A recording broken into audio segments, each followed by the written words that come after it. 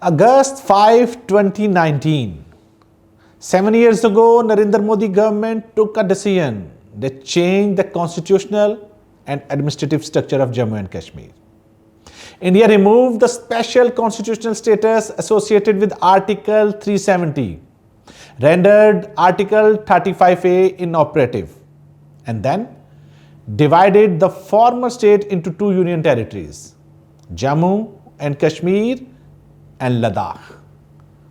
For the Modi government and the BJP, this was presented as a historic achievement, a fundamental of decades-old ideological promise. But 7 years later, the question is, what did Modi actually gain from August 5? Did he resolve Kashmir? Did he win the political acceptance of Kashmiris? Did he end the international dispute? Or did he simply change the constitutional structure without resolving the political question?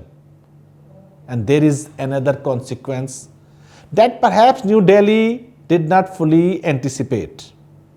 That is China. Yes, China, because by turning Ladakh into a separate union territory, India did not only change its relationship with Jammu and Kashmir, it also directly touched China's territorial claims in the region.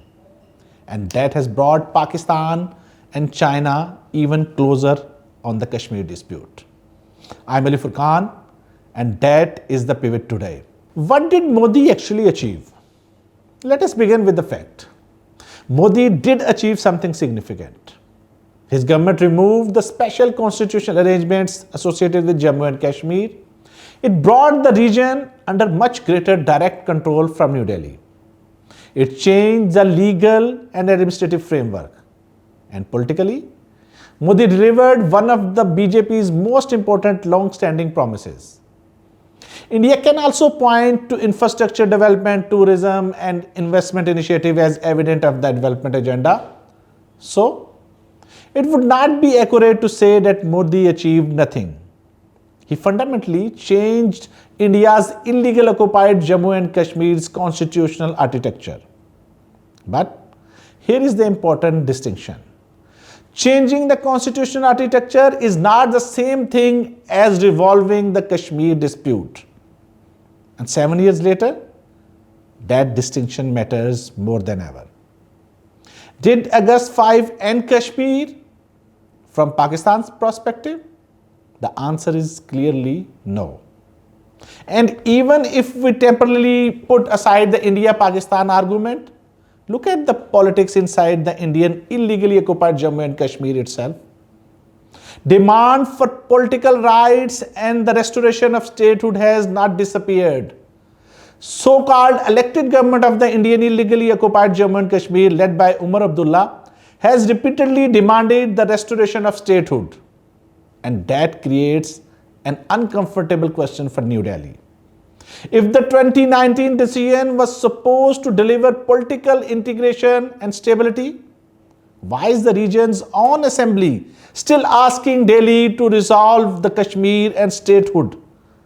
India's Supreme Court, while upholding the 2019 constitutional changes in 2023, also directed the statehood of Jammu and Kashmir should be restored at the earliest. So, 7 years later, the statehood question remains alive, and that tells us something important.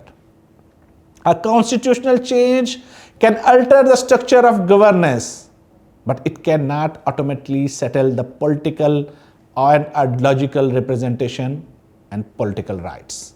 But perhaps one of the most consequential effects of August 5 is the China factor. And this is where the story becomes much bigger than India and Pakistan. When India reorganized the former state, it creates the union territory of Ladakh, and China immediately objected. Beijing said India's move involved territory that China claims in the western sector of the China-India boundary. China said India was unilaterally changing its domestic law in a way that affects Chinese territorial sovereignty. And China made its position very clear. It did not recognize the new union territory of Ladakh. Think about what this means. Before August 5, Kashmir was already a major dispute between India and Pakistan. After August 5, India's own administrative reorganization of the region and also directly intersected with China's territorial claims in Ladakh. So, New Delhi's move did not remove the geopolitical complexity of Kashmir. It arguably added another layer to it. Now you have India and Pakistan, India and China. And the geography intersection of these disputes in the wider Kashmir-Ladakh region. And this has had another consequence. Pakistan and China have found even greater common ground on the Kashmir question. And from Islamabad's perspective, this is important. Pakistan has always argued that Kashmir cannot be settled through unilateral action by India. China now has its own direct territorial and strategic interests connected to the region. The result? Pakistan and China have become more closely aligned in their opposition to unilateral changes affecting the status quo. And now let us come to another major argument from New Delhi. Development, investment, tourism, jobs, infrastructure. Modi government has repeatedly presented development as the new Kashmir story. And yes, there has been infrastructure and tourism initiative. But here is the central question. Can economic development alone resolve a political dispute? You can build roads, you can build hotels, you can bring tourism, you can attract investment, you can change laws. But can you legislate away political grievances? Can development alone resolve question of identity? Can economic growth replace political representation? Can investments substitute for statehood? This is the real test. Because Kashmir has never been only an economic question. It has always involved politics, identity, representation, territory, and competing claims of sovereignty. New Delhi wanted the August 5 decision to be treated as an internal constitutional matter, but Pakistan rejected that position. And the international response also demonstrated that Kashmir did not simply disappear from the global agenda. After the August 5 decision, UN Secretary General expresses concern over the situation and referred to the UN framework, the Shimla Agreement, and the need for peaceful resolution. UN Security Council also discussed the Kashmir situation in August 2019. So 7 years later, India may have changed the constitutional status of the territory under its control, but it has not made the Kashmir question disappear from international diplomacy. And that is the critical distinction. Administrative control is one thing, international acceptance of a political settlement is another. So what did Modi really get? Let us return to the original question. What did Modi actually get from August 5? He got a major constitutional transformation. He got greater administrative control. He fulfilled a core BJP ideological promise. He changed the legal framework governing Indian-controlled Kashmir.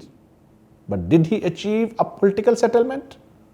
Did he eliminate Kashmiris' political grievances? Did he restore statehood?